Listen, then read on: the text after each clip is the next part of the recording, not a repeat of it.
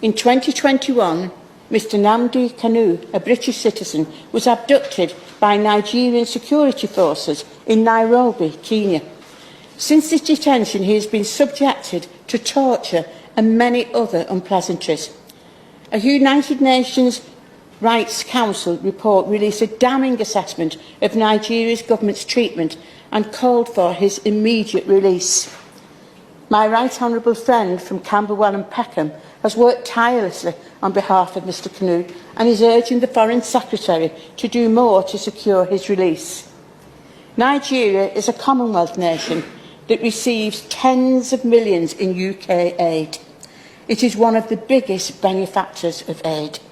Part of this aid support must be a commitment to human rights and upholding the right to fair trials. Mr Kanu must be given access to a fair and due process. A British citizen travelling on the British passport should not be kidnapped in a third country and dragged to a Nigerian prison. The government needs to get much tougher. Breaking news. The indigenous people of Biafra IPOB knocks United Kingdom government over silence on continued detention of Nnamdi Kanu. Good morning, good afternoon, good evening, wonderful people. Once again, you're welcome to this wonderful YouTube channel.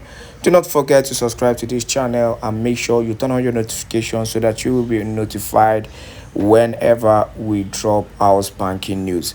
Now, I started this video by actually posting a video of the last parliamentary meeting, that was held in regard of Nnamdi Kanu's continuous detention.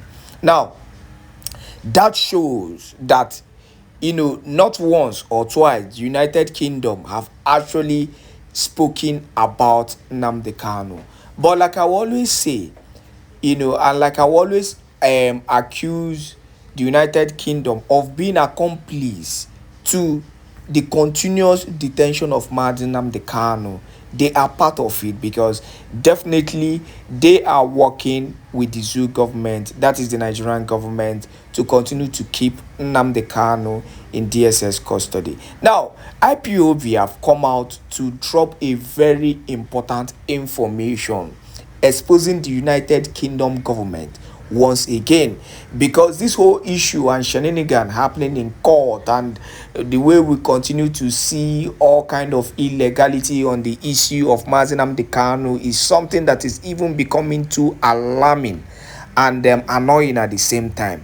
And that is why, if we do not continue to hold United Kingdom accountable for the continued detention of Nnamdi Kanu, then the right thing will not be done, because it's as if the whole world is quiet. And they are quiet because the United Kingdom, being UK, is a powerful country. They are world power. So apart from the United States that have actually said one or two things, then the United Nations, the UN, that lip talked or gave an advice based on lip talk and eye service to the Nigerian government. Because why will I say they lip talked about Nnamdi Kanu's release? Because you claimed you gave an order to a third world country, that is Nigeria, and they disobeyed your order, and yet you've been quiet about it. You've not sanctioned them. You've not done anything about it, since you gave an order. It shows that world powers, the world, and these international organizations are working against African heroes. We've seen it over and over again in the world. They are trying to silence the heroes of Africa and those who have continued to speak, the truth and reality, against the injustices being meted against both Biafrans and Africa as a whole. Now, without wasting any time, let us go straight up to the news in detail, because a lot has to be said and clarified on this issue. The news reads: the indigenous people of Biafra, in a statement by his spokesperson and media and publicity secretary, Emma Powerful, titled United Kingdom Complicity in Nigeria's Illegal Rendition and Detention of British Citizen Nnamdi Kanu, a judicial and moral indictment decried the continued silence and what it called apparent complicity of United Kingdom government in the face of the violation of Kanu's rights. We all know this. We know the violation. We know how silent United Kingdom have actually been in the issue of Nnamdi Kanu. But the big question is, and that is why I would like you to even go to the comment section and answer, because it's as if Biafrans are even being quiet about it. Why do you think that the United Kingdom are quiet about the immediate release of Nnamdi Kanu? Please join us on the comment section by giving us a reply to this important question. But let us still continue with the words of the indigenous people of Biafra, as Emma Powerful made it clear. We continue with the news. The pro-Biafran group, which described Mazi Nnamdi Kanu's rendition as flagrant breach of Section 15 of Nigerian's Extradition Act, Article 12.4 of the African Charter on Human Rights and People's Rights, and Articles 7, 9, and 14 of the ICCPR, to which both Nigeria and the UK are state parties. The indigenous people of Biafran statements reads: the indigenous people of Biafra IPOB decries the continuous silence and apparent complicity in the face of Nigerians' gross and well-documented violation of international law, domestic law, and judicial precedent against Mazi Nnamdi Kanu, a British citizen and a freedom advocate.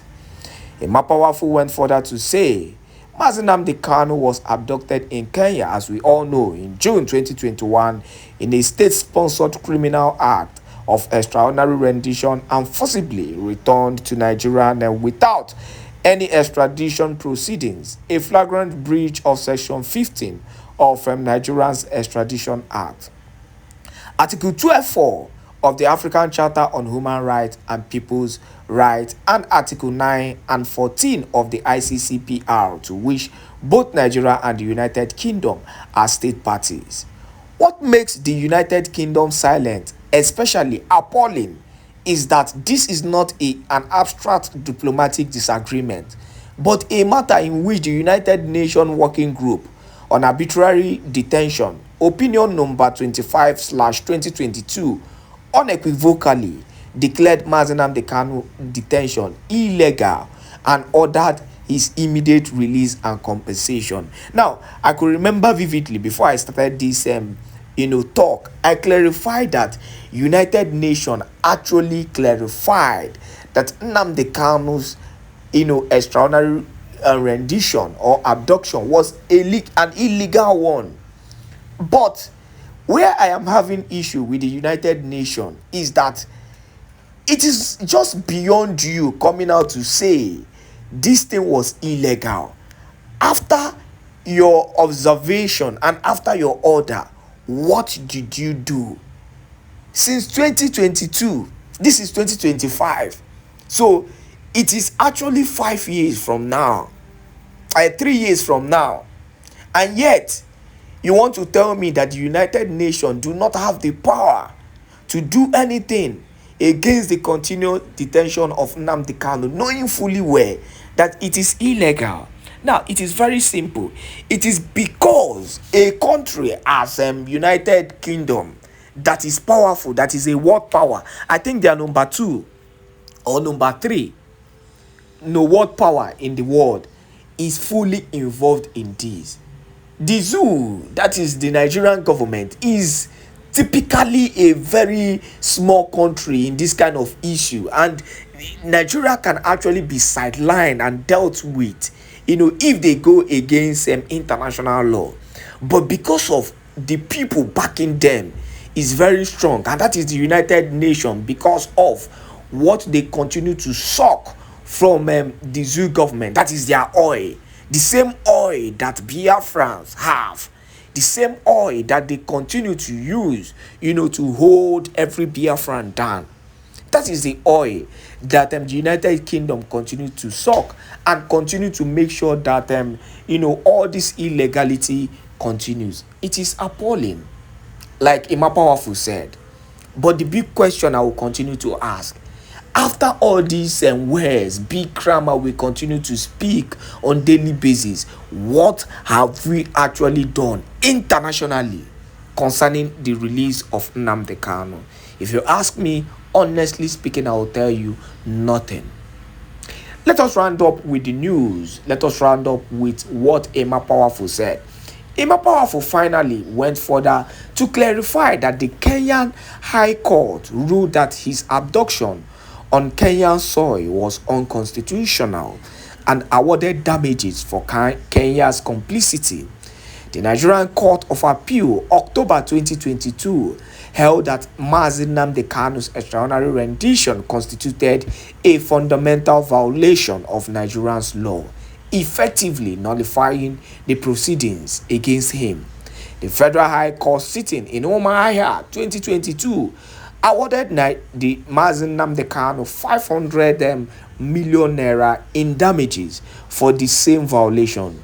Three judicial forums in Nigeria, Kenya, and the United Nations level have all concluded that Nnamdi Kanu's fundamental rights were trampled upon. But at all these levels of justification and judgment, yet the Zoo government have failed to do the needful. It shows that a country like the United Kingdom is actually part and parcel of the continued detention of Mazi Nnamdi Kanu. Now, in order to summarize this whole thing, one thing I will keep on saying is until the United Kingdom comes clean, until other international communities and international bodies, come and hold the United Kingdom against, this act of violation of human rights or human rights violation, if they don't hold them accountable for the continued detention of Nnamdi Kanu, nothing will be done. It's as simple as that. We will talk and complain, and at the end, the Zoo government will continue to, have their ways in every act of corruption and illegality on Mazi Nnamdi Kanu, and nothing will be done about it. It's as simple as that. Now fight we go dey fight, now complain we go dey complain, now church we go dey talk, and at the end, no working go follow am. And if there is no action embedded in this whole church that will continue to rant on social media, my brothers and my sisters, nothing will happen. But the reality is that we on the media sector, we will continue to expose the atrocities of these international bodies. We will continue to speak out the truth. We will continue to speak out the reality, and we will continue to expose the atrocities of the United Kingdom in the current detention of Mazi Nnamdi Kanu. That's all it be for my mouth. Thank you, my beautiful people, once again for joining us on this wonderful YouTube channel. You know what to do. Make sure you continue to share this video so that the world will continue to hear our voices, and then the world will continue to know the highest level of corruption and the evil and the genocide being committed in the Zoological Republic of Animal Kingdom. Thank you once again, and make sure you share this video. Please also continue to support us with your super chat and your super stickers, and as you do so, may God continue to bless you. Amen. But interestingly, when we saw this news, we had to do some research regarding why this incident happened in the first place, because if it can happen today, it's very possible that tomorrow it will still happen, because we're in a rainy season, which means the runways will be wet moving on forward till we get to the dry season. So we have to do some research, and showing right now on your screen is something we found that the Nigerian government needs to look into. Yes, this states incident in perspective. This is not Airpeace first runway approach mishap. The 2019 Port Harcourt incident involved a 737 that exited the runway during heavy rain with no injuries. The airline has recorded several incidents historically, though most have involved no casualties. So as you can see, this said issue happened in Port Harcourt Airport in 2019, which was still caused by heavy rainfall. And as we speak, the Nigerian government are yet to do anything about it, because if you know that your runways are usually wet and it's going to be a problem for aircraft to land, there are some steps you should take there are some measures you definitely need to put in place. You trust the Nigerian government. They are very quick in reacting. They know how to react to incidents, but they find it very difficult to stop that incident from happening. Well, take a look at this. These are some reactions and some commentary coming from different bodies in Nigeria. The very first one here is the Federal Airport Authority of Nigeria, FAN, confirmed passenger safety and completion of this embarkation. The other one is Youth and Environmental Advocacy Center in Nigeria, known as YEAC, called for enhanced pilot training, especially for landings in wet runway conditions to avoid future runway excursions. We also have, as of now, Nigerian Civil Aviation Authority, the NCAA, has not issued an official statement and an investigation is underway. So as you can clearly see, Nigerians and its government knows how to react to incidents, but to stop such things from happening is a problem for them. Well, showing right now on your screen is what Nigeria can do specifically. These are some measures that the Nigerian government can put in place to avoid something like this from happening in the future. As you can clearly see, pay attention to the highlighted part of this whole publication. It states, Port Harcourt, Enugu, Calabar, Owerri need better runway grooving and drainage. So as you can see, it's simple. Put a proper drainage system in your runways, and this will help mitigate against runway wetness. It also states, often flood prone during rainy season. This is something the Nigerian government know clearly, and they have failed to put other measures in place. We urge the Nigerian federal government to look into this case so as to avoid any future reoccurrence. Well, moving on swiftly, let's take a trip to Burkina Faso. But mind you, we have interesting info regarding Nnamdi Kanu and Buhari's passing on. We did some quick investigation and we have a lot of info to share with you in this video. We also have a massive one coming from Simon's case, and you definitely need to stick around to find out. But before then, let's take a trip to Burkina Faso because we have a good news coming from that part of the African continent. Well, for clarity, take a look at this article coming from that country. State Ibrahim Traore unveils $300 million world-class stadium in Burkina Faso.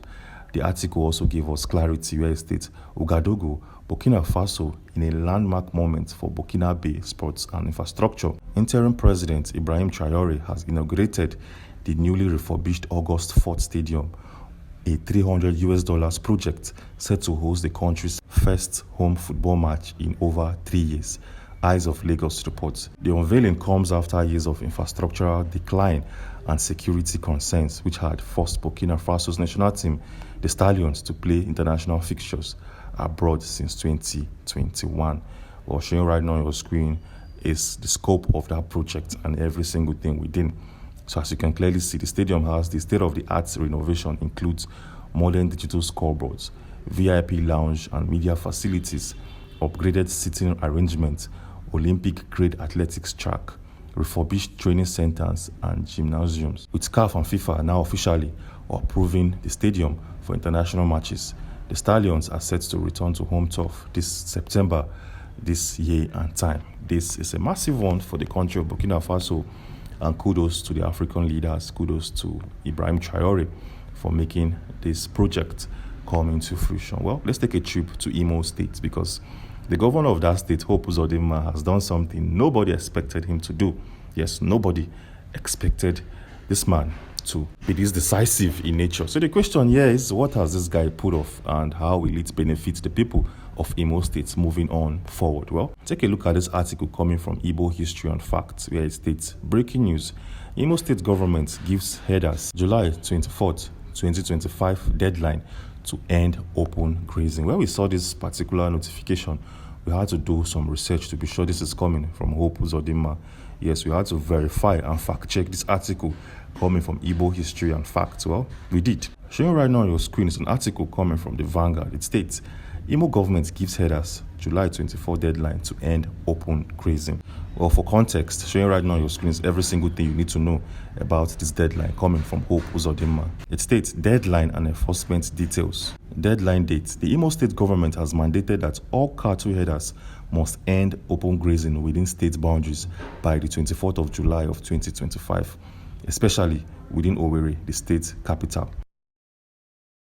Official motive. The directive issued by a commissioner aims to ensure public orderliness, protect farmers' crops, and maintain socio-economic stability in Imo State, Nigeria. Well, the article also gave us more clarity regarding this case, where it states why this directive matters. The very first one is conflict reduction.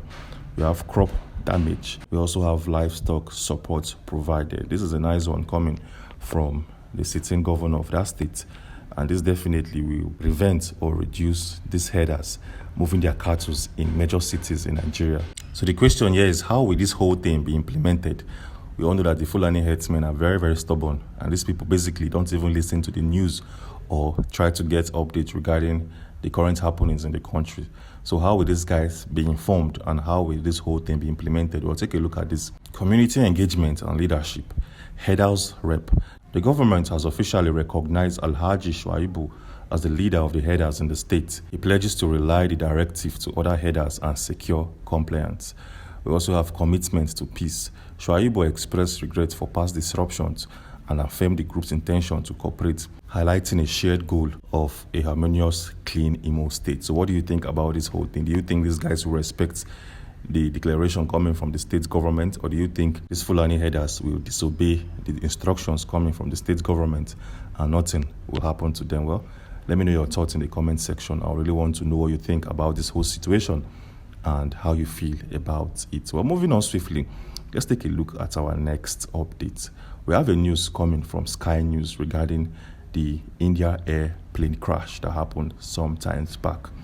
Sky News has given us a full clarity on why and how that particular plane crashed the way it did. Well, take a look at this article coming from Sky News. It states, "Four to engines of Air India plane that crashed, cut-off moment after takeoff, reports find."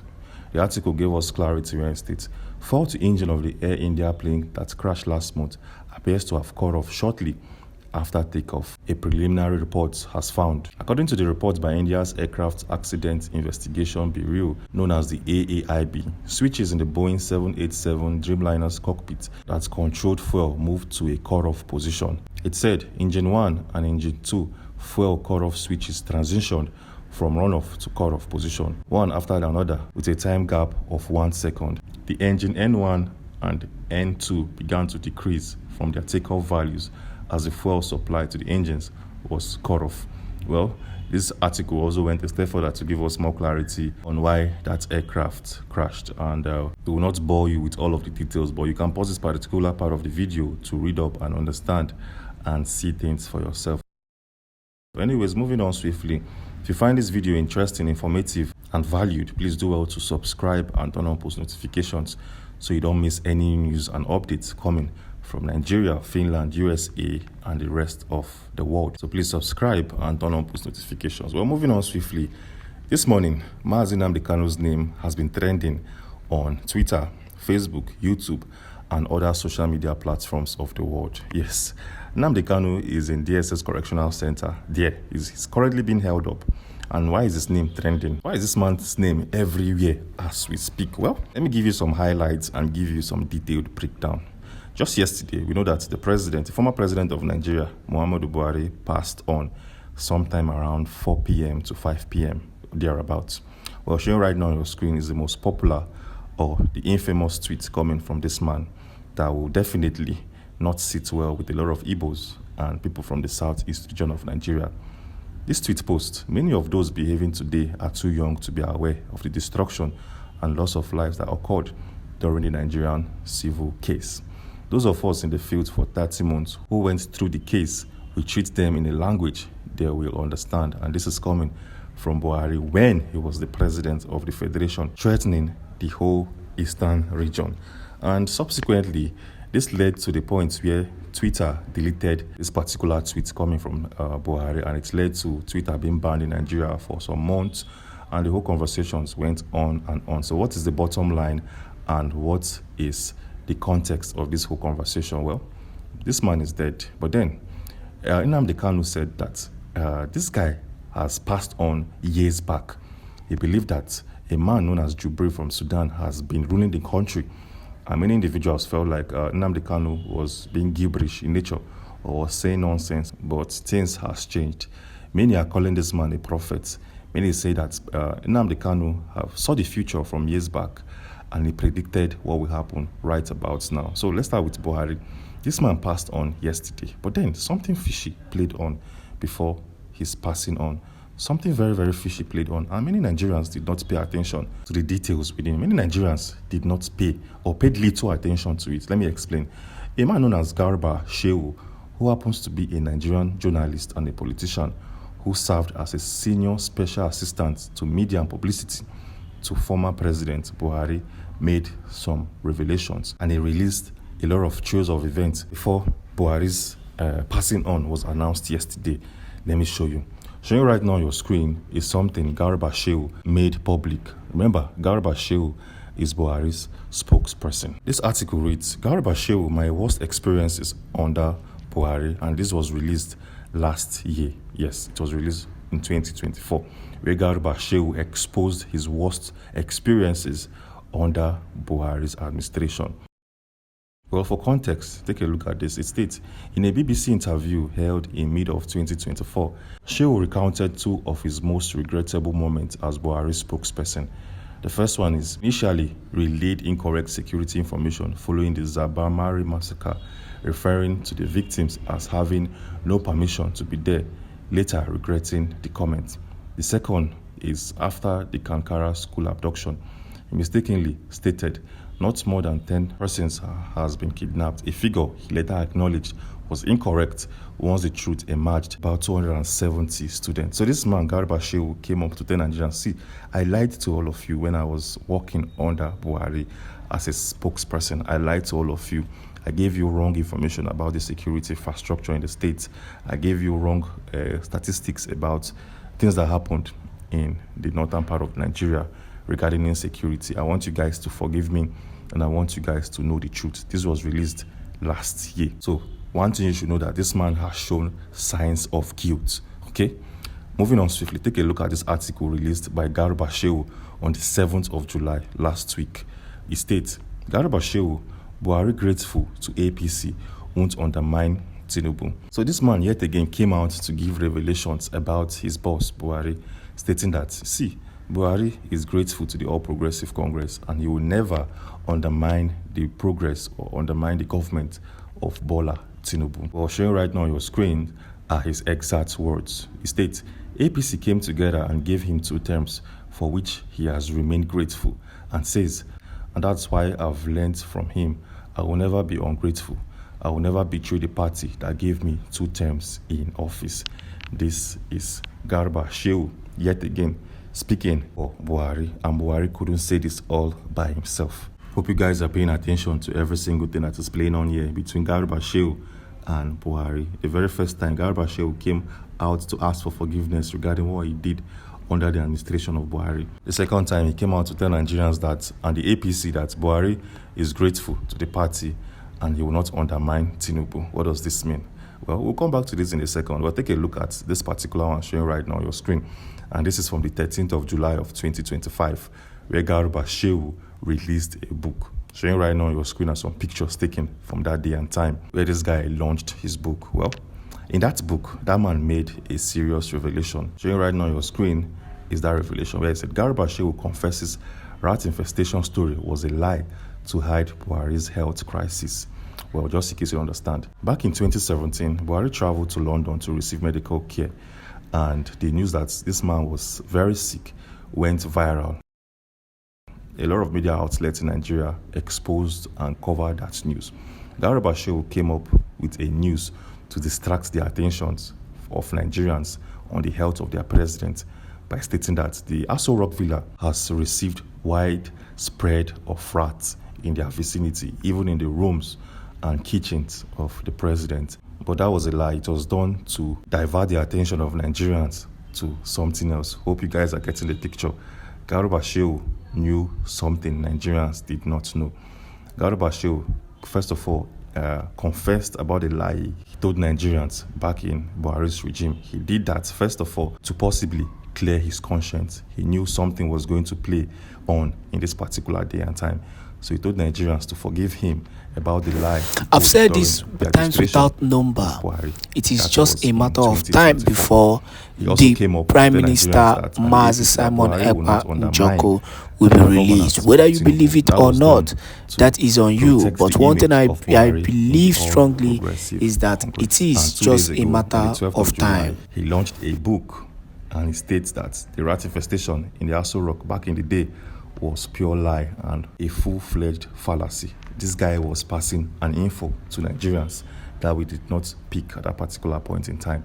This guy was trying to wash his own image because he knew that this day will come. Yes, he knew that this announcement will be made at this particular point in time. And that is why he needed to clean his own name off the records of Buhari.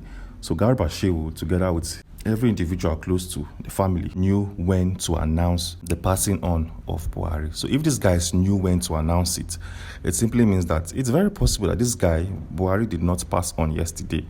It's still highly possible that he has passed on days or months before now.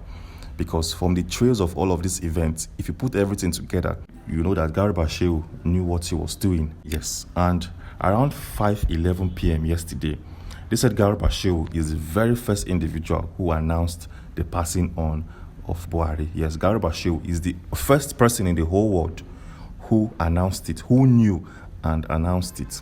Well, showing right now on your screen is the confirmation from Garba Shehu, released, like I said, 5 p.m., 11 past 5 yesterday. And it states, the family of the former president has announced the passing on of the former president, Muhammadu Buhari, GCFR, this afternoon in a clinic in London. Yes, I want you to do some quick research to better confirm that this man is the very first person in the whole wide world to announce the death or the passing on of Buhari. Showing right now on your screen is a confirmation which states, the first person to publicly announce the passing on of the former Nigerian president, Buhari, was his spokesperson, Garba Shehu. So as you can clearly see, all of these things put on together isn't a mistake or coincidence.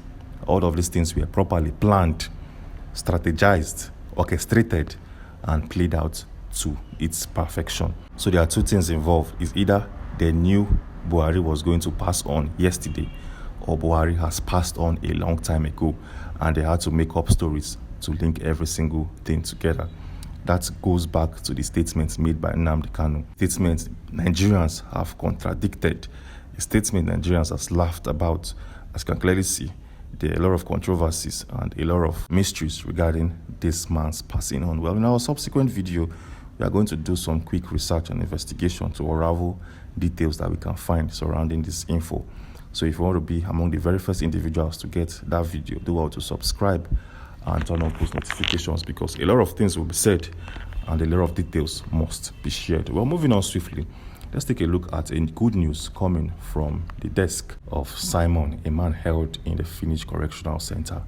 As we speak, the ICC officially has been notified about his case, and these guys will take decisive actions. The ICC will take actions in Simon's case going on forward. Well, showing right now on your screen is every single thing you need to know about the ICC's notifications. Yes, you can pause this particular part of the video to read up and understand it, to give you a full clarity and a better understanding of how every single thing will play on in the next couple of days. But then, interestingly, as the ICC are now officially engaged in Simon's case, a lot of things will happen going on forward.